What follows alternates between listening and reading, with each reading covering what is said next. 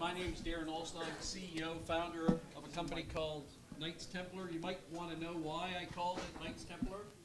I'm a Freemason and also a Knights Templar. And I just want to give you a quick history lesson. Back in the First Crusades. Dan, can you use the mic? When the French were... The mic.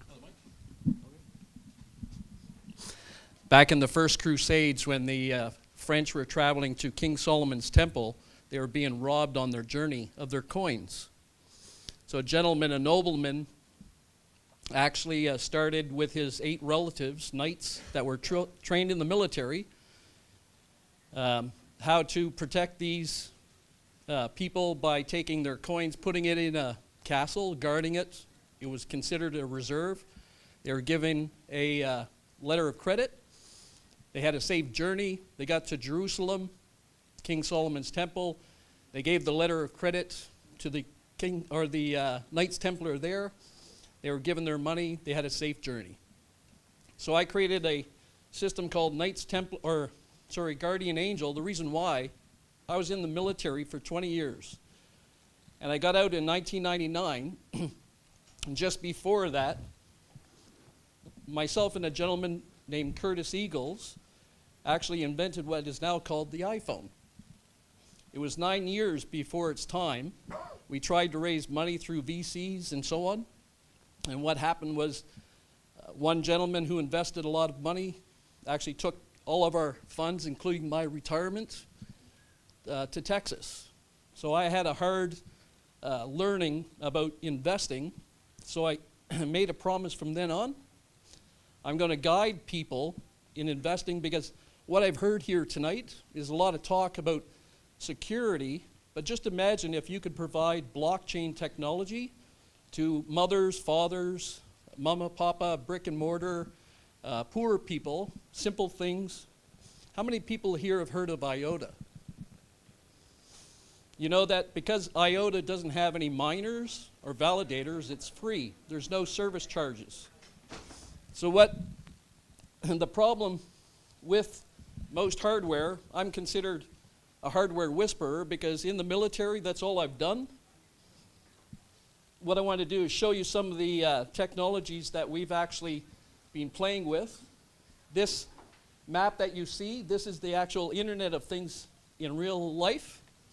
These red dots that you see, they're 53-foot trailers that carry food between Mexico City down here and Toronto, Montreal. They're traveling, and what we're actually doing is we're monitoring these live.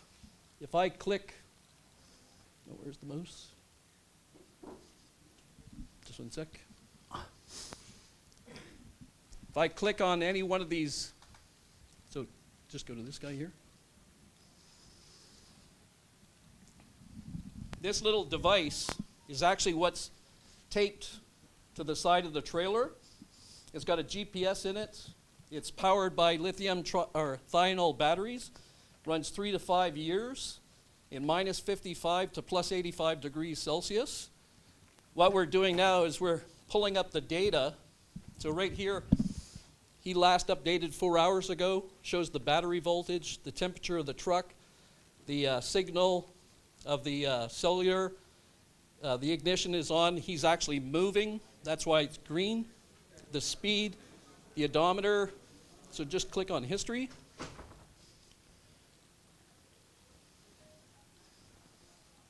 So what I can do now, click on 7 day up here. Yeah, drop down, 7 days.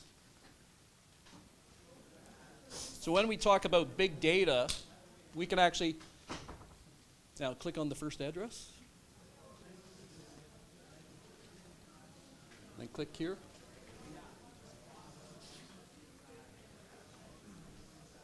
So now if we zoom out, go over to the right, or the left, sorry. So now what we're doing here is we're actually showing the actual track that truck took in the 1 day. Those arrows that you saw, we can actually read the accelerometer or the motion sensor. So the truck, we're actually using it to detect potholes in the roads. So this is for smart city deployment. we can now pipe that data back to those cities along here, like Indianapolis. We can measure, let's say, the potholes, the bumps in the road, feed that data. They now fix the roads. That truck takes the same journey, or the trucks behind it. It now proves that the roads were fixed. So now, can we go to the website? So, the other thing, the simplicity of some of this technology with IOTA, or let me go back, Ethereum is written in Solidity. Guess what, folks? Hardware doesn't speak Solidity. That's one of the problems, too, is that when we use a tap card to pay for our Tim Hortons double-double, we're not going to stand there for a half an hour waiting for our payment to clear. So what I've created, these are actually NFC chips that you can put on a credit card, a business card. This one here, I'm a member of the Legion. So what I did, I made it a gift card by putting an NFC chip. I can actually write my IOTA or Ethereum address on that, so I can be billed, or credit card. Those cards, so going back to your thought here, we can simply take any card, put an NFC sticker on the card, and then print your logo, put the label over top. You've now made a member card, a credit card, a phone card, or a campus coin card, like the presenter before me. So you might ask, these just come on rolls of labels from the manufacturer. So it's just like pasting sticks. It's a USB hardware device that plugs into any USB port. Very, very easy to use. Copy and paste your seed, your hash, your address. So now every price tag has an address. So you could put it in Home Depot. The other thing, this device, I had quite a lot of experience in renewable energy. One of the companies I work with as a consultant, you may know it, is Ellis Dawn, which is a very large construction company. So I work with their managed service division. We discovered that on the rooftop of almost every building in the city are what they call make-up air units. These make-up air units make up about 60% of a building's electricity bill. So what we have is a device, just a regular telephone jack with sensors that can be plugged in, like this guy here. This blue device actually wraps around the wire. It now measures the electricity through the wire.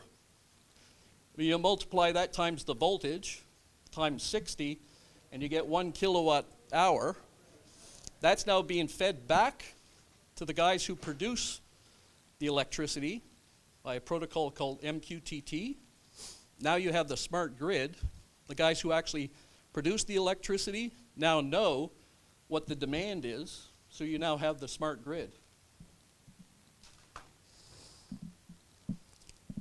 What makes all of this happen also, that we've realized throughout poor nations, when I traveled with the Navy, I was always mesmerized at how many poor people had Wi-Fi.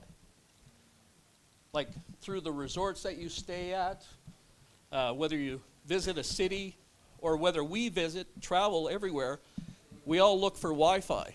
And Wi-Fi is free. You have apps like WhatsApp, like somebody had mentioned earlier.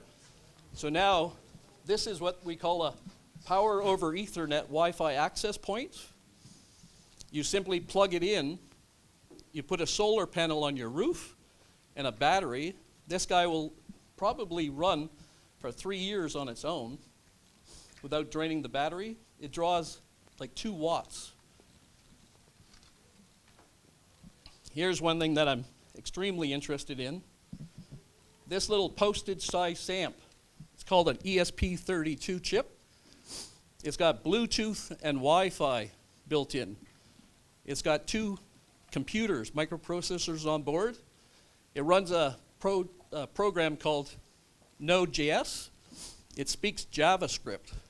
And what does IOTA have? It's a JavaScript library. So now this little guy is your sensor in your fridge, your car, and these run about $4. So, you know, the real world of things, you just want to scroll down. What we are as a company, or not a company, an organization, we guide communities, people that want to invest in technologies.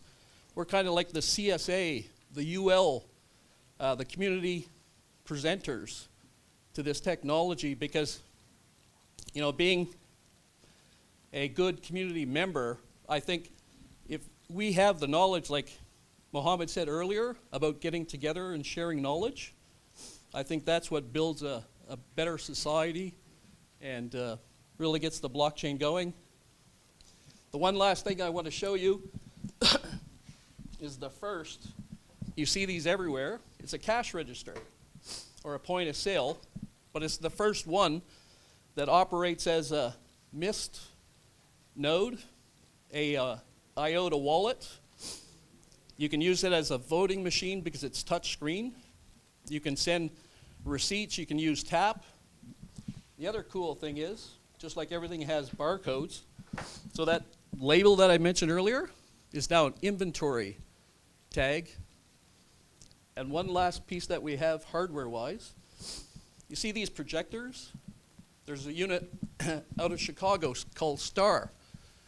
One unit that size can actually read the entire Costco or Home Depot inventory off these tags in 3 minutes. And it uses IOTA or Ethereum. So that's it. Thank you very much.